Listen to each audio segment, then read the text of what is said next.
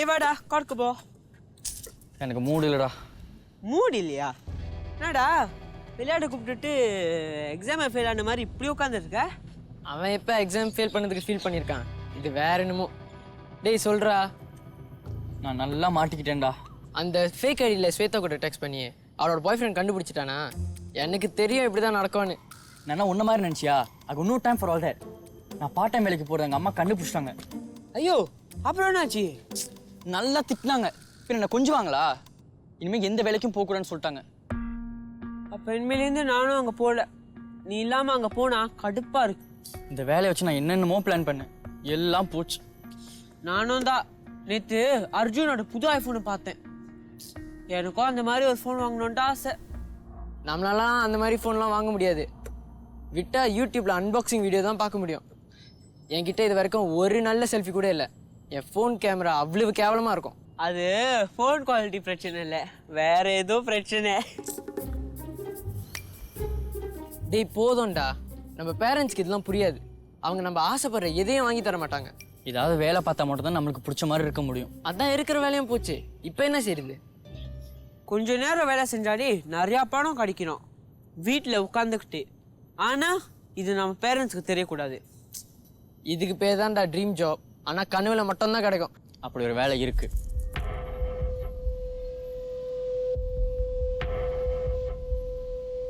இந்த ஆன்லைன் ஜாப்ல மட்டும் நம்ம எப்படியாவது சேர்ந்துட்டா நிறைய சம்பாதிக்கலாம். A new level of gaming. ஒரு சின்ன என்ட்ரி ஃபீஸ் மட்டும் போதும். பெருசா ஜெயிக்கலாம். நம்ம ஆசைப்படுற எல்லாமே கிடைக்கும். லோக்கி, நீயும் எத்தனை நாள் தான் அப்பா கிட்ட காசு கேட்டு அம்மனப்பட போற? நீயும் இந்த ஆன்லைன் ஜாப்ல சேர்ந்து வேலை செய்யணும்னு நினைக்கிறீங்களா? என்கிட்ட பார்ட் டைம் ஜாபும் இருக்கு. உடனே கான்டாக்ட் பண்ணுங்க. ஆமாம் லோகேஷ், உங்ககிட்ட பணம் இருந்தா அவர் உனக்கு மரியாதை கொடுப்பாரு. என்ன சொல்றீங்க? வரீங்களா? நான் வரேன். லோக்கி சரி நானும் வரேன். மாயா, என்ன மாயா இதெல்லாம்? எங்கே கிளம்பிட்டு இருக்க?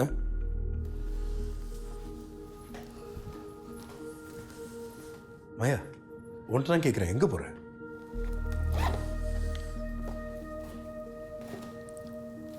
என்னால் இந்த வீட்டில் இருக்க முடியல.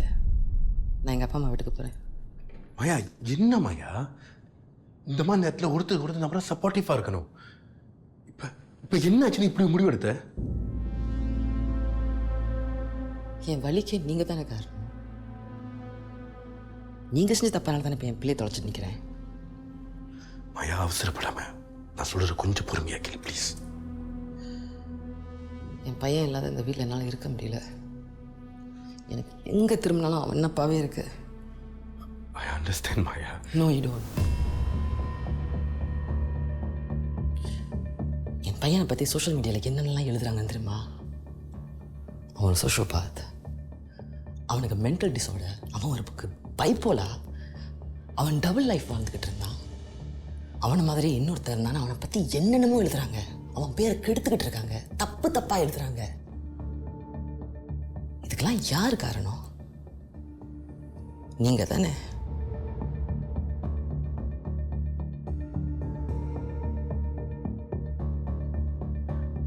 மாயா, மகேஸ்வரோட வாழ்க்கையில் நிறைய ரகசியங்கள் இருந்திருக்கு. அதை நம்ம தான் பார்க்காம விட்டோம். நம்ம மேல தப்பு இருக்கு. we are also to be blamed. No, you.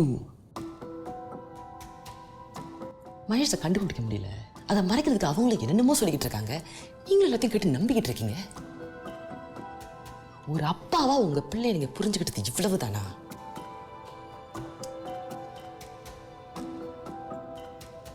இதுக்கு மேல என்னால உங்க கூட இருக்க முடியாது. உண்மை என்னன்னா உங்க முகத்தை கூட என்னால பார்க்க முடியல. மாயா ப்ளீஸ் மாயா, அவசரப்படாத. என்ன நடந்துச்சுன்னு தெரியாம நீ அப்படி சார். I'm living. மாயா, மாயா.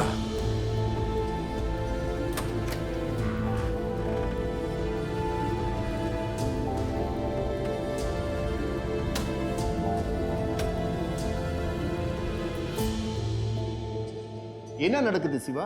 மகேஷ் இறந்து இவ்வளோ நாள் ஆகுது, ஆனால் காஸ் ஆஃப் டெத் இன்னும் கண்டுபிடிக்க முடியல. இது கொலையா சூசைடா? எந்த ஒரு கன்க்ளூஷனுக்கும் வர முடியல. சார், பேங்காக் போலீஸ் தேடிக்கிட்டு தான் இருக்காங்க. ஆனால் மகேஷோட பாடியை கண்டுபிடிக்க முடியல. லோக்கல் கேங்ஸ், கிரிமினல்ஸ் எல்லாரும் இன்வெஸ்டிகேட் பண்ணிட்டாங்க. ஆனால் இவங்க யாரும் மகேஷ் கேஸில் இன்வால்வ் ஆகலை. இதில் ஃபவுல் பிளே இருந்த மாதிரி தெரியலன்னு அவங்க ரிப்போர்ட்டில் எழுதியிருக்காங்க. முதல்ல 11, இப்போ மகேஷ். டிப்ரெஷனில் இருந்த 2 டீனேஜர்ஸ் ஒரே கண்ட்ரிக்கு போயிருக்காங்க, ஒரே மாதிரி இறந்து போயிருக்காங்க. ஆனால் அங்கே இருக்கிற யாருக்கும் எதுவும் தெரியல, ஒரு சின்ன லீட் கூட கிடைக்கல. ஏன் இந்த 2 கேசஸும் கனெக்டடாக இருக்கக்கூடாது? ஆமாம் சார், எனக்கும் அப்படி தான் தோணுது. மகேஷ், 11 2 பேருக்கும் நேரடியாக எந்த தொடர்பும் இல்லை. ஆனால் அவங்க ப்ரொஃபைல் ஒரே மாதிரி இருக்குது சார். கிட்டத்தட்ட ஒரே வயசு, ஸ்மார்ட், குட் லுக்கிங். 2 பேருமே டிப்ரெஷனில் இருந்திருக்காங்க. ஸோ அவங்கள மெனிப்புலேட் பண்ணுறது ரொம்ப ஈஸி சார். பட் ஏன் இதெல்லாம் செய்யணும்? அதுக்கு பின்னாடி இருக்கிற மோட்டிவ் என்ன? டார்க் வெப், இன்டர்நெட்டோட இன்னொரு பக்கம். டார்க் வெப்பில் இருக்கிற எல்லா கண்டென்ட்டுமே ஹைலி என்கிரிப்டட். சாதாரண சர்ச் என்ஜின் ப்ரௌசர்ஸ் இதால் நம்மளால் அதை அக்சஸ் பண்ணவே முடியாது. Illegal drugs, weapon dealings, credit card passwords, அவ்வளோயே கிரிமினல்ஸ்க்கு புது ஐடென்டிட்டிஸ் கூட இப்போ டார்க் வெப்பில் கிடைக்குது. ஆனால் இதுக்கும் இந்த கேஸ்க்கு என்ன சம்மந்தம் இருக்குது? சம்மந்தம் இருக்குது சார். ஒரு கிரிமினல் சிண்டிகேட் மகேஷ் மாதிரி ஸ்ட்ரெஸ்ஸில் இருக்கிற யங்ஸ்டர்ஸை அவங்க வலையில் விழ வச்சு எக்ஸ்ப்ளாய்ட் பண்ணுறாங்க சார். அவங்கள கடத்திட்டு போய் டார்ச்சர் பண்ணி எக்ஸ்பிளிசிட் கான்டென்ட் ஃபில்ம் பண்ணுறாங்க சார். டார்க் வெப்பில் இந்த விஷுவல்ஸ்க்கு பெரிய மார்க்கெட் இருக்கு. இந்த சிண்டிகேட்டோட கம்யூனிகேஷன்ஸ் எல்லாமே என்கிரிப்டட் மெசேஜ் வழியாக டார்க் வெப்பில் தான் சார் நடக்குது. நம்ம சைபர் டிவிஷனில் இருக்கிற கிரிப்டாலஜிஸும் நானும் அப்படி ஒரு மெசேஜ் டீகோட் பண்ணுறப்ப தான் நான் அதை தெரிஞ்சுக்கிட்டேன் சார். அந்த கிரைம் சிண்டிகேட்டோட ஐடென்டிட்டியை கண்டுபிடிச்சிட்டிங்களா? அந்த மெசேஜஸை பேக் ட்ராக் பண்ணி பார்த்ததுல அவங்க பேங்காக்கில் தான் ஆப்ரேட் பண்ணுறாங்கன்னு தெரிஞ்சுது. They may have a link here too. நீங்கள் சொல்கிற இந்த இன்ஃபர்மேஷன் எந்த அளவுக்கு ஆக்யூரேட்னு நினைக்கிறீங்க? எக்ஸாக்டாக சொல்ல முடியல சார். ஆனால் அவங்கள பிடிச்சா கண்டிப்பாக நம்மளுக்கு இன்னும் நிறைய எவிடன்ஸ் கிடைக்கும்னு தோணுது. 11 இன் மகேஷ் கேஸில் இவங்க சம்மந்தப்பட்டிருக்காங்களான்னு தெரியாது. இது ஒரு டேட் எண்டாக கூட இருக்கலாம் சார். ஆனால் ஒருவேளை அவங்க இதை செஞ்சுருந்தா நமக்கு இது ஒரு பெரிய பிரேக் த்ரூவாக இருக்கும் சார். நமக்கு நிச்சயமாக தெரியாத ஒரு லீட்டுக்கு டைம் அண்ட் ரிசோர்ஸஸ் வேஸ்ட் பண்ண முடியாது அமர். சிவா, நீங்கள் என்ன நினைக்கிறீங்க? Siva? Sir, I beg to differ sir. Amar சொல்கிற மாதிரி இப்படி ஒரு மோசமான சிண்டிகேட் இப்போ சிங்கப்பூரில் இருந்தால் அவனை நம்ம தப்பிக்க விடக்கூடாது. நம்ம இதை ஃபாலோ அப் பண்ணோம் சார். டார்க் வெப்பில் அவங்க messages and digital food prints வச்சு பார்க்குறப்ப அவங்களுக்கும் நம்ம கேஸுக்கும் ஏதாவது கனெக்ஷன் இருக்கலான்னு தோணுது சார். ஒரு அண்டர் கவர் ஆப்ரேஷன் நடத்தினா நிச்சயம் அவங்களை பிடிக்க முடியும் சார். ப்ளீஸ். ஒரு கோவிட் ஆப்ரேஷன் நடத்துறது அவ்வளவு ஈஸி இல்லை. பெர்மிஷன், பிளானிங், சர்வேலன்ஸ் இன்னும் நிறைய இருக்கு. ஒருவேளை ஆப்ரேஷன் ஃபெயில் ஆனால் நேரம் வீணாகிறது மட்டும் இல்லை, என் ஆஃபீஸர்ஸ் உயிருக்கும் ரிஸ்க் இருக்கு. ஆனால் சக்ஸஸ் ஆகிட்டா ஒரு பெரிய சிண்டிகேட் அரெஸ்ட் பண்ண முடியும் சார். 11 மகேஷ் மாதிரி இன்னும் நிறையா கோல் கேசஸில் கூட இந்த சிண்டிகேட் சம்மந்தப்பட்டிருக்கலாம் சார். எஸ் சார், அமர் சொல்கிற மாதிரி ஒரு இன்டர்நேஷ்னல் கிரைம் ஆர்கனைசேஷனை பிடிக்கிறதுக்கு நம்மளுக்கு ஒரு சான்ஸ் கிடைச்சிருக்கு. இதை நம்ம மிஸ் பண்ணக்கூடாது. இந்த மாதிரி ஒரு ஆப்ரேஷன் நடத்துறதுக்கு நிறைய கைட்லைன்ஸ் இருக்குது. என்னை கன்வின்ஸ் பண்ணுற மாதிரி ஒரு ஆக்ஷன் பிளானோட வாங்க, அதுக்கப்புறம் கன்சிடர் பண்ணுறேன். Yes sir. Yes sir.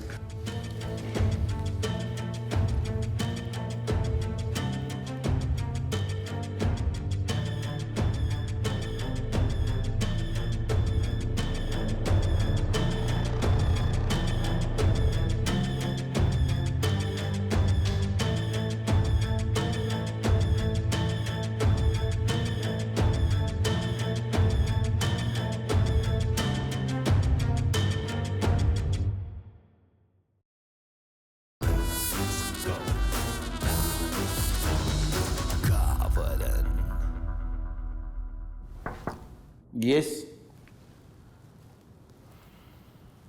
Sir. வாங்க வேதா, உட்காருங்க.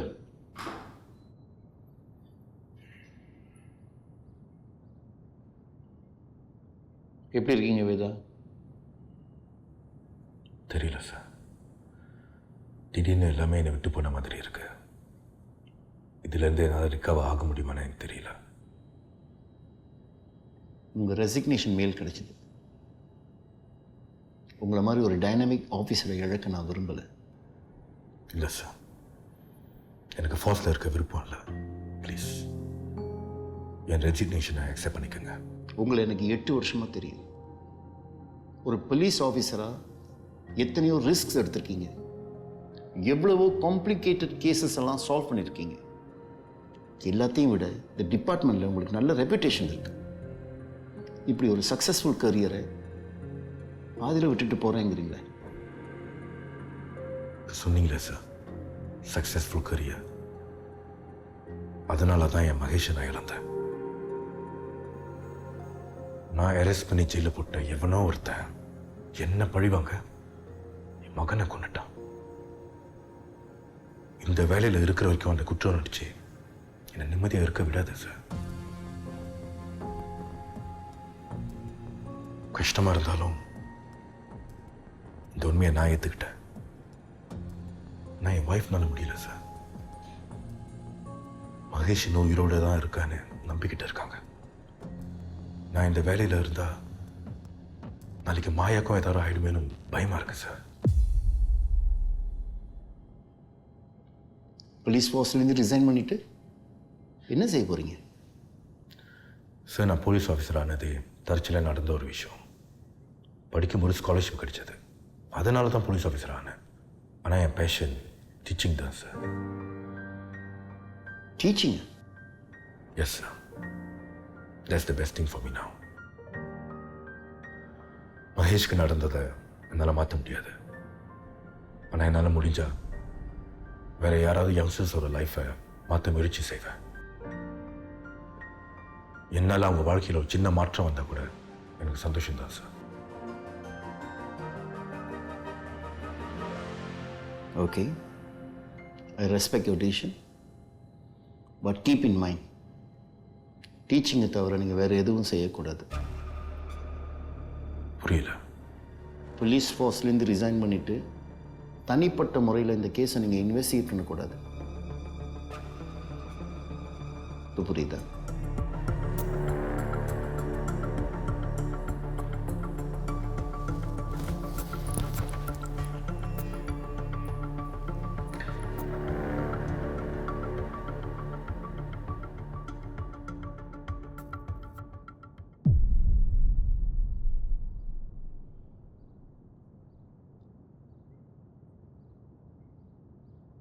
மாயா கிட்ட பேசினியா? என்ன சொல்றாங்க?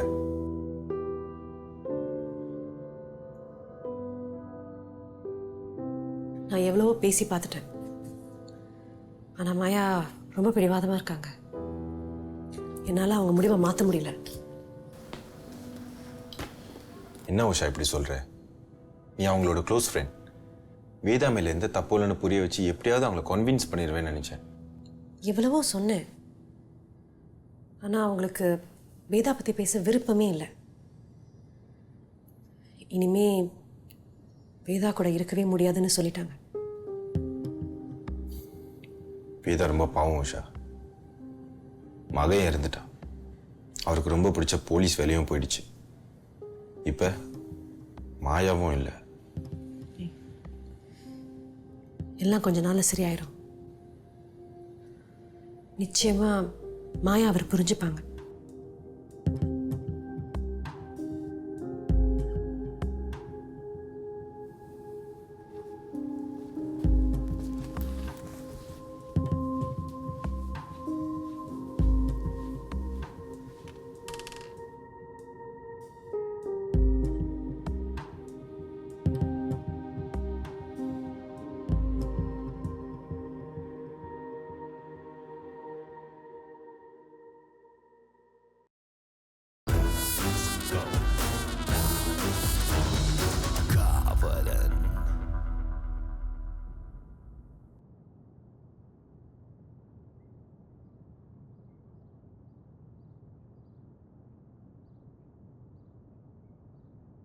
எக்ஸ்கியூஸ் மீ, இதில் பெரிய பாட்டில் இருக்கா? இல்லை சார், அது ஒன்று தான் இருக்குது. தேங்க்யூ.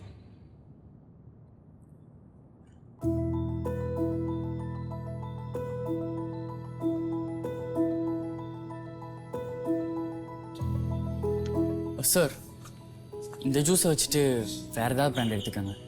புரியல, ஏன் அப்படி சொல்கிறேன்? சும்மா இருக்கும்போது ப்ராடக்ட்ஸில் இருக்கிற இன்க்ரீடியன்ஸ்லாம் படித்து பார்ப்பேன். இந்த ஜூஸில் சோடியம் பென்சோயேட் அதிகமாக சேர்க்குறாங்க. அதனால தான் சொல்கிறேன், இந்த ஜூஸை வச்சுட்டு வேறு ஏதாச்சும் பிராண்ட் எடுத்துக்கோங்க. ஆனால் நான் சொன்னேன்னு மேனேஜர் கிட்ட சொல்லிடுறீங்க சார் ப்ளீஸ். இதெல்லாம் உனக்கு எப்படி தெரியும்? கெமிஸ்ட்ரி எனக்கு ரொம்ப பிடிச்ச சப்ஜெக்ட் சார். ஆர்டிஃபிஷியல் ஃப்ளேவர்ஸில் உள்ள காம்பவுண்ட்ஸ், அதில் இருக்கிற ப்ரெசர்வேட்டிவ்ஸ், ஃபுட் கலர்ஸ் இதெல்லாம் பற்றி தெரிஞ்சுக்க இன்ட்ரெஸ்டிங்காக இருக்கும். ஆனால் மேக்ஸ் தான் கொஞ்சம் வீக் சார். உன் பேர் என்ன? ஐயோ ஏன் சார் என்னை பற்றி கம்ப்ளைண்ட் பண்ண போகிறீங்களா? இல்லை, சும்மா தெரிஞ்சுக்க கிட்ட. என் பேர் நிவாஸ். ஏன் இங்கே வேலை செய்கிற? என்ன சார் என் அம்மா மாதிரி கேட்குறீங்க? டியூஷனுக்கு போக பணம் வேணும், அதனால தான் இங்கே பார்ட் டைம் வேலை பார்க்குறேன். ஆனால் இந்த விஷயம் எங்கள் அம்மாவுக்கு தெரிஞ்சிருச்சு. ஸோ இன்னைக்கு தான் என் கடைசி நாள். இனிமேல் இந்த வேலைக்கு நான் வரமாட்டேன். இப்போ டியூஷன் ஃபீஸ் எப்படி கட்டுவேன்? தெரியல சார், இனிமே தான் யோசிக்கணும். நானும் என் ஃப்ரெண்ட்ஸும் வீட்லேயே சேர்ந்து படிக்கலாம், அதான் எங்களுக்கு இருக்கிற ஒரே ஆப்ஷன்.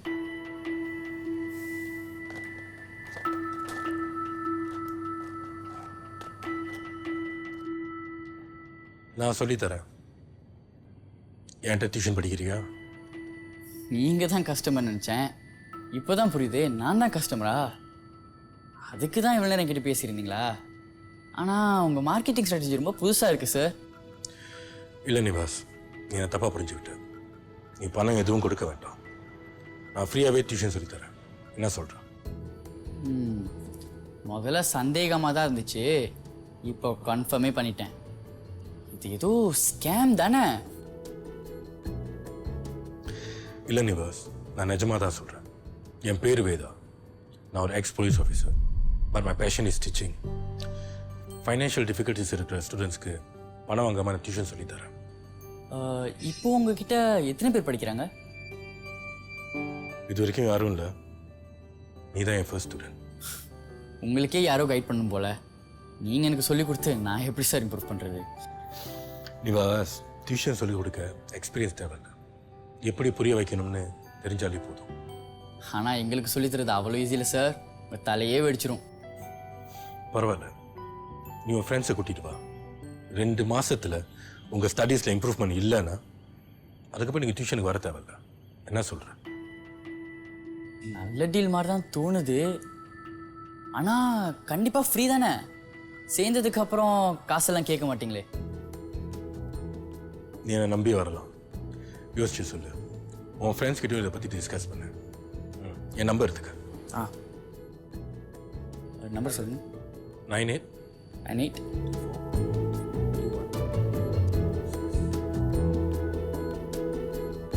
Thank you sir.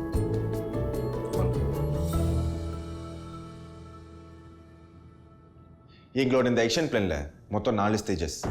முதல்ல சர்வீலன்ஸ். அந்த சிண்டிகேட் மெம்பர்ஸ் எப்போ எங்கே போகிறாங்க, என்ன செய்கிறாங்க, இது எல்லாத்தையும் மானிட்டர் பண்ணுவோம். இந்த ஸ்டேஜில் ஃபிசிக்கல் அப்சர்வேஷன், வீடியோ ரெக்கார்டிங், அதுக்கப்புறம் electronic monitoring, data collection and analysis. இது எல்லாத்தையும் ஒரே நேரத்தில் செய்கிறது தான் எங்களோட பிளான். டார்க் வெப்பில் ஒருத்தரை கண்டுபிடிக்கிறது ரொம்ப கஷ்டம். அப்புறம் எப்படி இந்த சிண்டிகேட் மெம்பர்ஸை நீங்கள் ட்ராக் பண்ணுவீங்க? சார், இதை பற்றி நம்ம சைபர் டிவிஷனில் இருக்கிற எக்ஸ்பர்ட்ஸ் கிட்ட பேசிட்டோம். ஐபி அட்ரஸை வச்சு கண்டுபிடிக்க தான் சார் கஷ்டம். பட் ஓப்பன் சோர்ஸ் இன்டெலிஜென்ஸ்னு ஒரு மெத்தட் இருக்குது, அதை வச்சு லொக்கேஷனை கண்டுபிடிச்சிடலாம். கொஞ்சம் டைம் எடுக்கும், பட் முடியும் சார். அவங்களோட ஆக்டிவிட்டீஸை பற்றி எல்லாமே தெரிஞ்சுக்கிட்டதுக்கு அப்புறம் ஸ்டேஜ் 2 ஆரம்பிக்கும், இன்ஃபில்ட்ரேஷன். அவங்கள எங்கே, எப்போ, எப்படி அப்ரோச் பண்ணுறதுன்னு யோசிச்சு அதை எக்ஸிக்யூட் பண்ணணும். அது அவ்வளோ சிம்பிளான டாஸ்க் இல்லை. இந்த மாதிரி ஆர்கனைஸ் கிரிமினல்ஸ் அவங்களுக்கு தெரியாதவங்களும் அங்கே பக்கத்துலேயும் நெருங்க விட மாட்டாங்க. தெரியும் சார், ஆனால் அவங்களுக்கு தேவையான ஏதாவது எங்ககிட்ட இருக்குன்னு நம்ப வச்சா கண்டிப்பாக அவங்களோட ஃப்ரெண்ட்ஷிப் நம்மளுக்கு கிடைக்கும். ஆனால் ஒரு சின்ன தப்பு நடந்தாலும் நீங்கள் போலீஸ்னு தெரிஞ்சிடும். அதுக்கப்புறம் உங்கள் மொத்த பிளானும் கலப்ஸ் ஆக வாய்ப்பு இருக்குது. இதில் இருக்கிற ரீஸ் தெரியும் சார், ஆனால் மாட்டிக்காமல் செய்வோன்னு எங்களுக்கு நம்பிக்கை இருக்குது. எங்கள் பிளானில் இருக்கிற 3வது ஃபேஸ் எக்ஸிக்யூஷன். அவங்களோட எமோ என்ன, அவங்க நெட்வொர்க் எப்படி வேலை செய்யுது, இதெல்லாம் தெரிஞ்சுக்க போகிறோம் சார். ப்ரூஃப் பண்ணுறதுக்கு தேவையான எவிடன்ஸும் கலெக்ட் பண்ண போகிறோம். டார்கெட் இன்டெலிஜென்ஸ் பற்றி கேள்விப்பட்டிருக்கீங்களா? ப்ரோட்டோகால் படி இந்த மாதிரி அண்டர் கவர் ஆப்ரேஷனில் கிடைக்கிற எவிடன்ஸுக்கு ரூல்ஸ் இருக்குது, இல்லைன்னா கோர்ட் அதை ஏற்றுக்காது. தெரியும் சார், ரெகுலேஷன்ஸ் படி தான் இந்த ஆப்ரேஷனை செய்ய போகிறோம். And there is no room for mistakes. கடைசி ஸ்டேஜ் டெர்மினேஷன். எங்களுக்கு தேவையான எல்லா ஆதாரமும் கிடைச்சதுக்கு அப்புறம் அவங்களோட சேர்த்து அந்த நெட்வொர்க்கில் இருக்கிற எல்லாரையும் ட்ராப் பண்ணுவோம். இன்டர்போல் கூட கோஆர்டினேட் பண்ணி இந்த சர்ஜிக்கல் ஸ்ட்ரைக்கை ஒரே நாளில் நடத்த போகிறோம் சார். அந்த சிண்டிகேட்டில் இருக்கிற யாருமே தப்பிக்க முடியாது. உங்கள் பிளான்லாம் நல்லா தான் இருக்குது, ஆனால் இதை எக்ஸிக்யூட் பண்ணுறது தான் கஷ்டம்.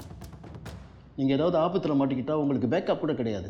தெரியும் சார், நாங்கள் ப்ரிப்பேர்டாக தான் இருக்கோம். எந்த சுச்சுவேஷன் வந்தாலும் அதை தனியாக எங்களால் ஃபேஸ் பண்ண முடியும்னு நம்பிக்கை இருக்குது சார். ஓகே, இந்த ஆப்ரேஷன் நான் சேங்ஷன் பண்ணுறேன். பொதுவாக இந்த மாதிரி கோவர்ட் ஆப்ரேஷன்ஸில் போலீஸ் இன்ஃபார்மன்ஸ் ஹெல்ப் பண்ணுவாங்க. ஆனால் முதல் தடவை உங்கள் ரிசர்ச் ஆக்ஷன் பிளான்ஸை நம்பி இதில் இறங்குறேன். ஸோ ரொம்ப கவனமாக இருங்க.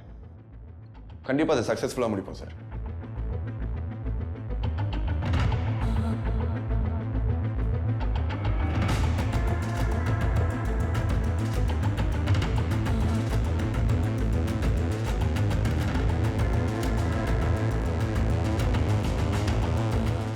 ஆனால் இந்த சிண்டிகேட் விஷயத்தில் ஏதோ ஒரு ஹெசிடேஷன் இருக்கு. அவருக்கு வெளியில் வேற ஏதோ ஒரு ப்ரெஷர் இருக்குன்னு நினைக்கிறேன்.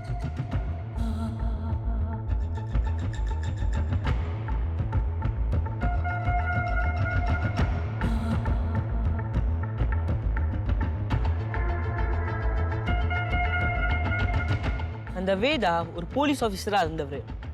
டியூஷன் சொல்லி கொடுக்குறேன்னு சொல்லிட்டு நம்மளை ஏதாவது ட்ராப்பில் மாட்டி விட்டா என்ன செய்வீங்க?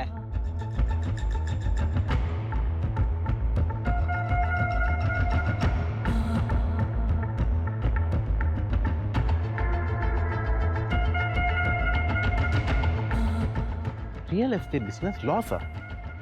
எல்லாம் நல்லா தானே போயிட்டு இருக்கு.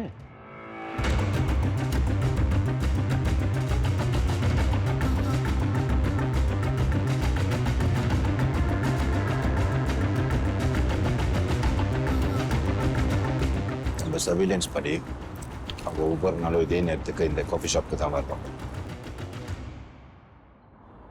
சிவா, அவங்க வராங்க. You on my right.